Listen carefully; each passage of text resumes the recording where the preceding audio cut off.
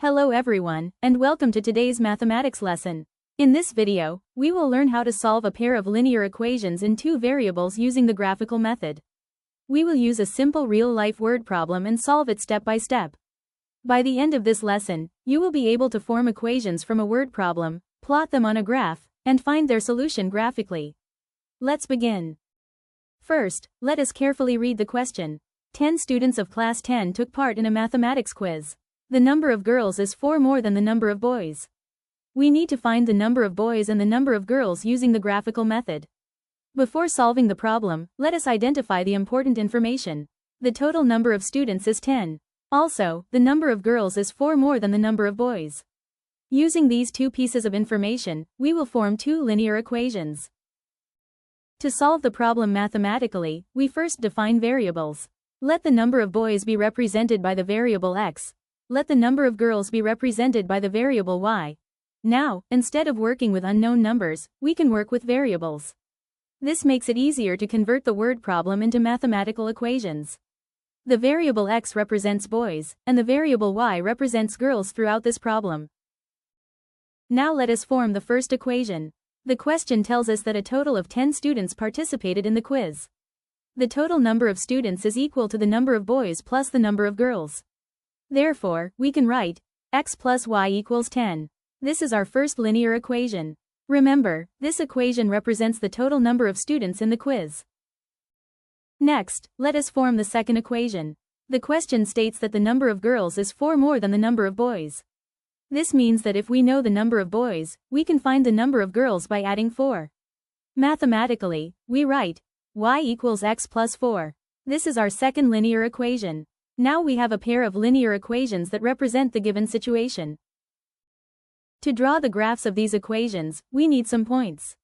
Let us start with the first equation. X plus y equals 10.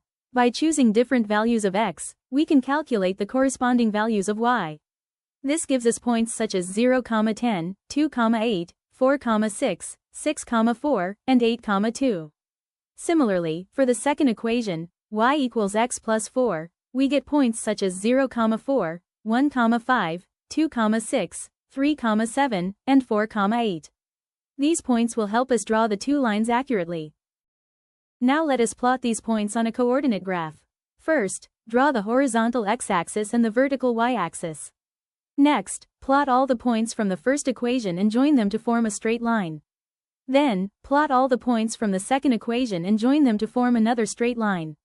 Observe the graph carefully. The two lines meet at one common point. This point is called the point of intersection. The point where the two lines intersect is the solution of the pair of linear equations. From the graph, we can see that the intersection point is 3, 7.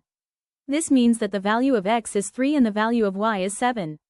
Since x represents the number of boys and y represents the number of girls, we can conclude that there are 3 boys and 7 girls. Let us verify our answer. Substituting x equals 3 and y equals 7 into the first equation, 3 plus 7 equals 10. The first equation is satisfied. Now substitute the same values into the second equation, 7 equals 3 plus 4. The second equation is also satisfied. Since both equations are true, our solution is correct. Let us summarize what we learned. First, we defined the variables. Second, we formed two linear equations from the given information. Third, we created tables of values. Fourth, we plotted the equations on a graph. Fifth, we identified the point of intersection. Finally, we verified our answer. Therefore, the number of boys who participated in the mathematics quiz is 3. And the number of girls who participated in the mathematics quiz is 7. Thank you for watching this lesson. Keep practicing mathematics regularly, and you will become more confident in solving problems using graphical methods.